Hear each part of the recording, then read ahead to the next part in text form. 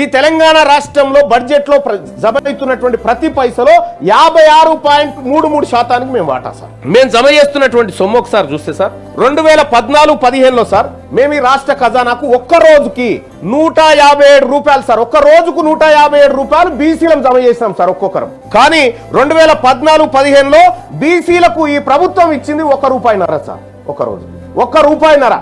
యాదగిరిగుట్ట మెట్ల కాడ ఒక బిచ్చపోడు కూడా తీసుకోడు సార్ ఈ సొమ్ము, గది ఖర్చు పెట్టింది సార్. 2015-16లో ₹181 చొప్పున ఒక్కొక్క బీసీలం ప్రభుత్వ ఖజానాలో జమ చేస్తే సార్ మా బీసీలకు ₹1.49 ఇచ్చింది సార్.